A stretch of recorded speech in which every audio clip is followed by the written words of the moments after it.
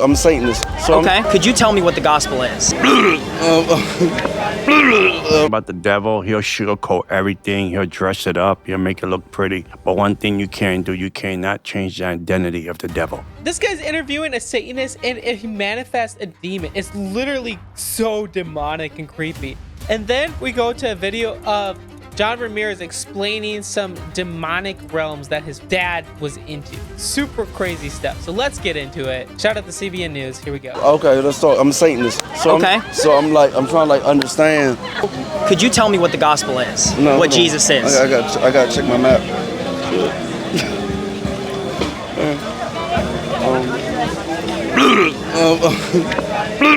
I'm worried. Other than I feel like sometimes my culture just like, sure, let me. Oh, you're right here, Jason. You're right here. I'm right here. I'm right here. My name's Scotty, by the Scotty. way. All right, be Scotty. What? Guys, what in the world? He literally started going. I feel like sometimes my culture just like, sure, let me. Oh, you're right here, Jason. You're right here. I'm right here. I'm right here. My name's Scotty, by the Scotty. way. All right, be Scotty. Scotty. Dang, that's wild. So now he gets interviewed about having this conversation, which is super creepy. And then we go to John Ramirez explaining some stuff. Al, thank you so much for being here and joining us here at CBN News. So you were recently in New York City, and there's a clip that's getting a lot of attention on social media. You were actually part of a Prove Me Wrong table where you're asking about the gospel. Is the gospel 100% true? And you encountered what you believe now was some sort of demonic manifestation. So before we get too far into the conversation, set the scene for us. What were you doing in New York City and why were you there? Yes, so I was in New York City. This is first week in June, so Pride Month. There's just a lot of events, and I am in the middle of Union Square Park. I went with a couple of my buddies and a man called Ben Shetler, who runs the Center for Truth and Love. He invited me out there, and what we did was we set up a table in Union Square that said, the Bible is 100% true. Changed my mind. And so me or Ben would sit in that table, and we would just, people would come up and just flood and want to talk, similar to like what Charlie Kirk would do. And at this point, I'm behind the table, and we had another camera crew that was following me, and I was engaging people in line. And this man comes up to me, and he says that his name is Jason, and he wanted to talk. And while we're talking, he stops me and goes, "Hey, I want you to know I'm a self-proclaimed Satanist." And I'm like, okay. The second he starts to say he's a Satanist, like I took a step back. I was like, okay, like I'm entering into something it's a little bit different here, right? And we had this conversation, honestly, that he didn't make a lot of sense. He wasn't really speaking clearly. I was like, what are you kind of talking about? He was all over the place using words. I was like, this is. Yeah, that's wow. He has some cards there where there's tarot cards. Yeah. Right then, I would be like, what's your thoughts on Jesus? What would they say? I think that's the best thing to say right away. That's how you will understand the drift of who that person is, what kind of satanic thing you're dealing with. Weird. And then I look at him, I kind of like cut him off, and I said, Jason, do you know what the gospel is? Do you know who Jesus is? And the second I say Jesus, something changes in him. And I think you can see in the video, he turns around, pulls his tarot cards out, starts grunting, speaking words. I don't know what's going on. And I think in that moment, I'm a little bit oblivious, honestly, to what's happening. Now I'm on guard. I'm already praying for this man, like while we're in the midst of this conversation. But it wasn't really until after did I fully realize the encounter that I had. Yeah. So, along those lines, I know kind of anytime we watch something in retrospect, you can kind of see more of a fuller picture. But did you sense that there was something off from the beginning, especially when he pulls out the tarot cards? And it seems like, at least in the video, the piece that was captured on video, the weird like grunting noises and gargling sounds that didn't start until after he pulled out the tarot cards, which I think he said, I need to look at my map. So talk about that. Did you sense something off in the moment? Well, immediately, like when he came up to me, he was rash. It was like, whoa, what's going on? I knew. I was like, okay, this guy's a little bit different. It's a little strange. And he just was talking to me about all these. He was talking about the end times. And I was like, oh, what is going on? Like, we're not really talking about anything substantive, right? And then obviously when he says, hey, I'm a Satanist, I'm like, okay, I see where this is headed. But honestly, the second things just changed, like this was when I mentioned Jesus. I think that's super. Yeah, 100%. That's wild. I want to see if I can find the video, the complete video, because that's crazy stuff. And I find it funny how like demons come up to Jesus. Like people who are infested with Jesus, infested with demons, they come up to Jesus. It's like they want to like make a scene or try to get people to doubt or whatever that may be. But Jesus cast the demon out. It would have been cool if he tried to find that person. However, right, I think in 1 John 4, it outlines we're supposed to test spirits. And when I tested that man's spirit and I said, do you know who Jesus is? The power of Jesus and his name is real. It is real. And everything changed. And honestly, like I felt it in that moment too, right? Now, what the video doesn't get is he books it. He is gone, right? I watch him just literally disappear. And I mean, there's a ton of people around. I watch him run across the park and just disappear. And I just was like, what just happened? Yeah. Well, it's disorienting, right? I mean, you're in the middle of, and nobody thinks like in the moment, like me asking these kinds of questions, it's, acceptable, or maybe you're expecting it to be a little bit confrontational or maybe a little bit uncomfortable or awkward, but to experience what you experienced now in retrospect, knowing this was probably something spiritual, like this was some form of spiritual oppression that this guy is under, or a demonic attack of some kind, or some sort of manifestation. So, but to the skeptics, like to somebody who maybe has seen the video and they've commented on the video on social media or on YouTube, and they say, I don't know that this was demonic. Maybe it's a guy who has just hopped up on drugs or had some sort of other mental illness, and maybe those things factored in. But what would you say to those people? I would say, I think that's okay to question, right? Like when we put this video out, like we were not saying, hey, this is 100% set in stone that this was a demonic encounter, right? We had a question mark behind that figure. We had a whole YouTube video that was lined up. Look, I would say watch the video with an open mind and you tell me what best describes in that moment, right? You can see the video. We're having a conversation, but the second I mention Jesus, the way he turns around, he starts talking behind me. He turns around, his back to me, starts talking to somebody behind him. And then when I put my hand on his shoulder, he flips back. He goes, oh, Scotty. And then just books it. So look, I would say, look at the video with an open mind. And So now we're going to go to John Ramirez explaining, because he's an ex-Satanist, explain all of these things, which is crazy. For Halloween, no matter how you dress him for any occasion, he'll always be the devil. Because one thing about the devil, you cannot change his identity. He come to kill, steal, and destroy. Yeah, that's so good.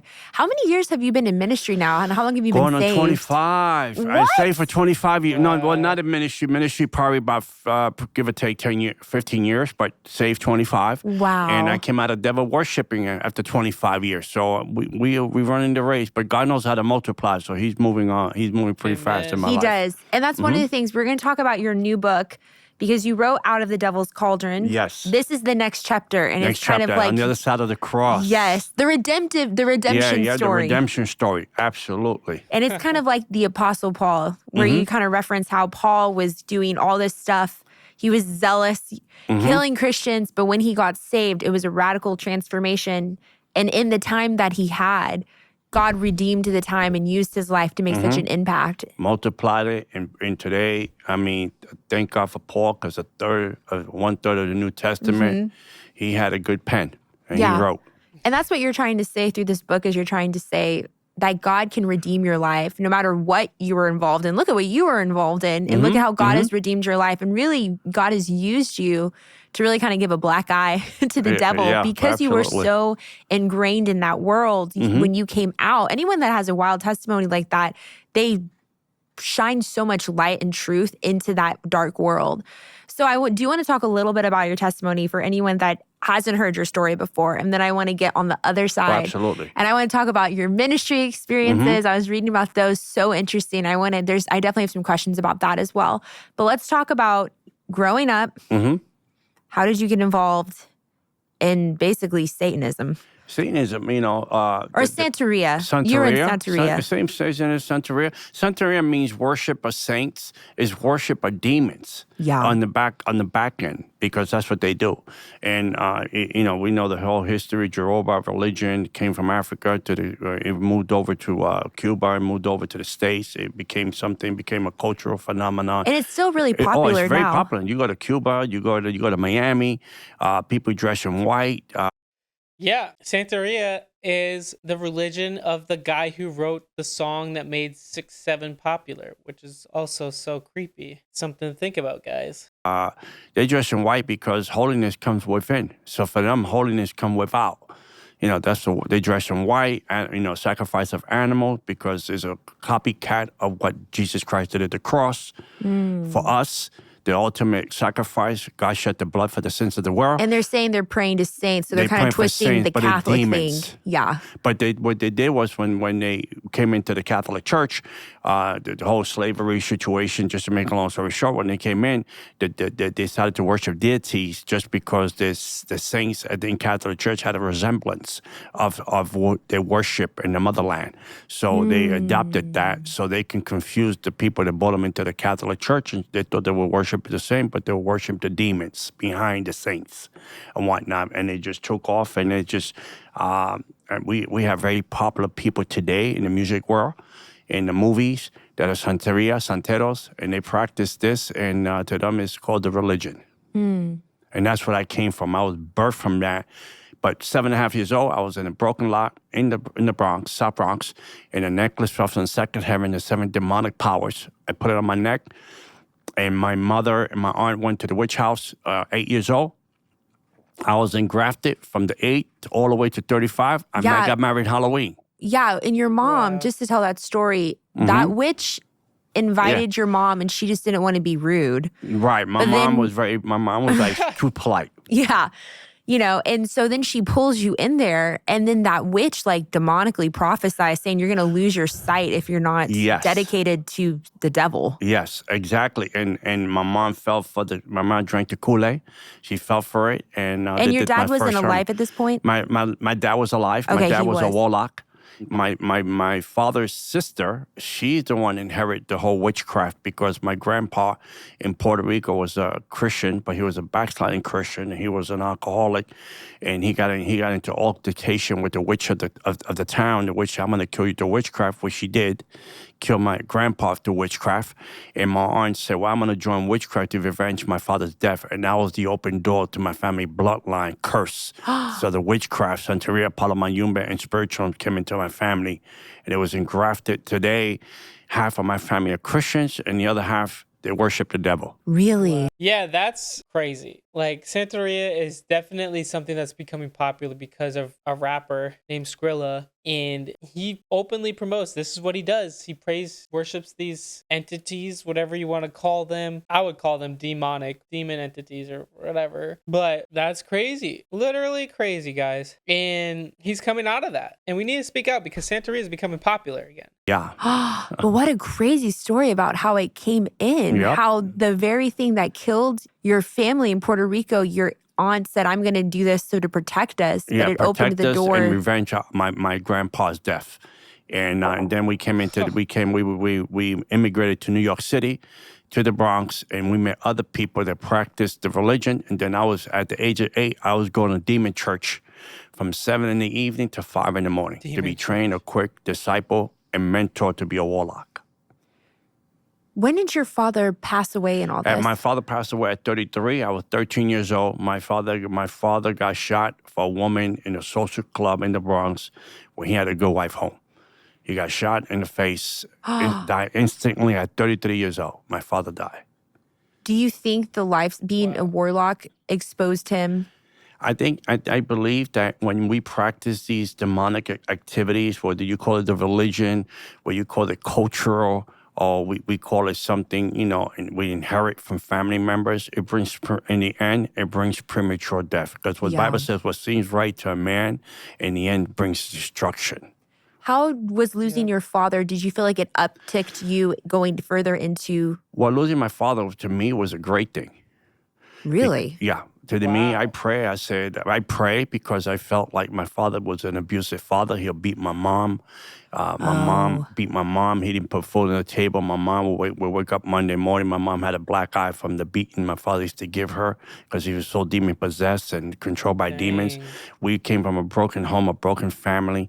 We would see demons walk around the house ugh. like human beings in the house. We were being tormented. We'll go to school to get breakfast, and we have money for school, for clothes, anything. So my father was a curse in the family, and I was like, oh, I hope he dies. I hope he dies. I would say because I didn't want my mom to get beat up and abused anymore. And when my father died, we felt it was like a relief in the Yeah. family because of the torment. My father would send me to the witches. It's called botanicas.